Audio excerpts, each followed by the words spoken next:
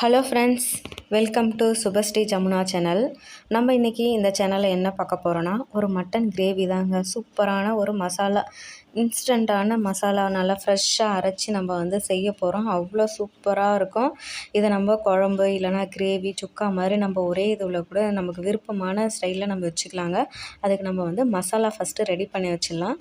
நான் சின்ன சின்னதாக 2 வெங்காயம் எடுத்திருக்கேன். பூண்டு, இஞ்சி, கொஞ்சமாக மிளகு, சீரகம், சோம்பு, பட்டை, லவங்கம், ஏலக்காய் இது எல்லாமே சேர்த்துட்டு அது கூட கொஞ்சமாக புதினா, இது நல்லா பேஸ்ட்டு மாதிரி நல்லா அரைச்சி எடுத்துக்கலாம். இதுதான் இந்த கிரேவிக்கு சூப்பராக இருக்குங்க. இந்த மசாலா நல்லா நைஸாக இந்த மாதிரி அரைச்சி ஒரு பக்கம் எடுத்து வச்சிடலாம். நம்ம ஃபஸ்ட்டே குக்கரில் தாளித்து விசில் விட்டு எடுத்தாலும் எடுத்துக்கலாம். அப்படி இல்லைனா நம்ம கறியை மட்டும் வேக வைக்கும்போது கொஞ்சமாக மஞ்சள்தூள், இஞ்சி பூண்டு பேஸ்ட்டு போட்டு வேக வச்சு எடுத்து நம்ம சூப்பு மாதிரி குழந்தைங்களுக்கு கொஞ்சம் கொடுத்துட்டு அதுக்கப்புறம் கூட இந்த மாதிரி செய்யலாம். நான் சூப்பு தான் கொஞ்சம் எடுத்து குழந்தைக்கு கொடுத்துட்டேன். அதுக்கப்புறமா தான் இதை தாளிக்கிறேன். நான் பேனில் எண்ணெய் சேர்த்துட்டு ஸ்பைசஸ் எல்லாம் போட்டுட்டு இதில் நான் ஒரு பிரிஞ்சி இலையும் சேர்த்துருக்கேன்.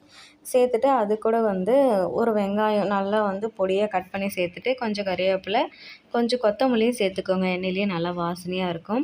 அதுக்கப்புறம் நம்ம அரைச்சி வச்சுருந்த இந்த விழுதையும் உள்ளே சேர்த்துக்கலாம். சேர்த்துட்டு நல்லா மிக்ஸ் பண்ணுங்க. நல்லாயிருக்கும், நல்லா வாசனையாக வரும். இப்போவே நம்ம உள்ளே சேர்த்துட்டு நல்லா மிக்ஸ் பண்ணும்போது கொஞ்ச நேரம் இந்த பச்சை வாசனை போகிற வரைக்காலும் நல்லா மிக்ஸ் பண்ணிக்கிட்டே இருக்கலாம். நான் ஒரே ஒரு தக்காளி தாங்க எடுத்திருக்கேன். நான் அதை அரைச்சி சேர்த்துக்கல, கட் பண்ணி தான் சேர்த்துக்கிறேன் தக்காளி. அதுக்கப்புறமா வீட்டில் அரைச்ச குழம்பு மிளகாத்தூள், கொஞ்சம் மட்டன் மசாலா இது எல்லாமே சேர்த்துக்கிறேன். மசாலா நான் தக்காளி சேர்க்கறதுக்கு முன்னாடியே சேர்த்துட்டேங்க. அதுக்கப்புறம் எல்லாமே சேர்த்துட்டு நான் இந்த மசாலாவுக்கு மட்டும்தான் உப்பு சேர்த்துக்கிறேன். ஏன்னா நான் மட்டன் ஆல்ரெடி வேக வச்சுருக்குன்னு சொன்னேன் இல்லையா, அதனால். இதில் நான் கொஞ்சமாக பட்டை, லவங்கெல்லாம் போட்டு வேக வச்சுருந்தேன். அந்த சூப்பு கொஞ்சம் தண்ணி எடுத்து குழந்தைக்கெல்லாம் நமக்கு கொடுத்துடலாம்.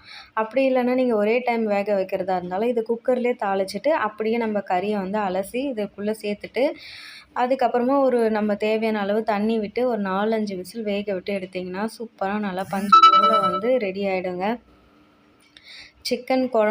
மட்டன் குழம்பா கூட வச்சிடலாம். நான் கொஞ்சம் திக்காக வச்சு அந்த கிரேவி மாதிரி வைக்க போகிறேன். அதை விட நம்ம திக்காக கூட வச்சோம்னா கிரேவி மாதிரி இல்லாமல் இந்த செமி கிரேவி மாதிரி இருக்கும் பாருங்கள், அதை சாதத்தோடு பிசைஞ்சு சாப்பிட்றதுக்கு கூட நல்லாயிருக்கும். இப்போ ஆல்ரெடி மட்டன் நல்லா வெந்திருக்கிறதுனால கொஞ்ச நேரம் இந்த மசாலாலாம் அது உள்ளே போகிறதுக்காக இந்த தண்ணி நல்லா வற்றதுக்கப்புறமா நம்ம கொத்தமல்லி தூவி இறக்கணும்னா சூப்பரான மட்டன் கிரேவி ரெடிங்க. பார்க்கும் போதே இவ்வளோ நல்லா இருக்குது பாருங்களேன். அப்படியே கொத்தமல்லி போட்டு லைட்டாக கொஞ்ச நேரம் மூடி வச்சுட்டு திறந்தோம்னா அந்த வாசம் அந்த கொத்தமல்லியோட வாசனைலாம் அந்த மட்டன் குழம்புல இறங்கியிருக்கும். இப்போ சூடான இட்லி கூட நல்லா பஞ்சு போல் இருக்குது பாருங்கள். கருப்பு கவுனி இட்லி தாங்க எப்பயுமே நான் செய்கிறது. அந்த அரிசி தான் வாங்கிட்டு வருவாங்க. டேஸ்ட்டு நல்லாயிருக்கும். அந்த அரிசியில் சுட சுட இட்லி, மட்டன் குழம்பு இந்த குளிர் காலத்துக்கு அப்படியே சாப்பிடும்போது அப்படியே பயங்கரமாக சூப்பராக இருக்கும். கோல்டு, சளி இதெல்லாம் பிடிச்சிருக்கு இல்லைங்களா, ஃபீவர், அந்த மாதிரி டைமில் இந்த மாதிரி நம்ம செஞ்சு சாப்பிட்டோம்னா நல்லாயிருக்கும். கண்டிப்பாக ஒரு டைம் இந்த மாதிரி மசாலா அரைச்சி உங்கள் வீட்டில் நீங்கள் செஞ்சு பாருங்கள். செம சூப்பராக இருக்கும். நல்லா பஞ்சு போல் வெந்திருக்கு பார்த்தீங்களா.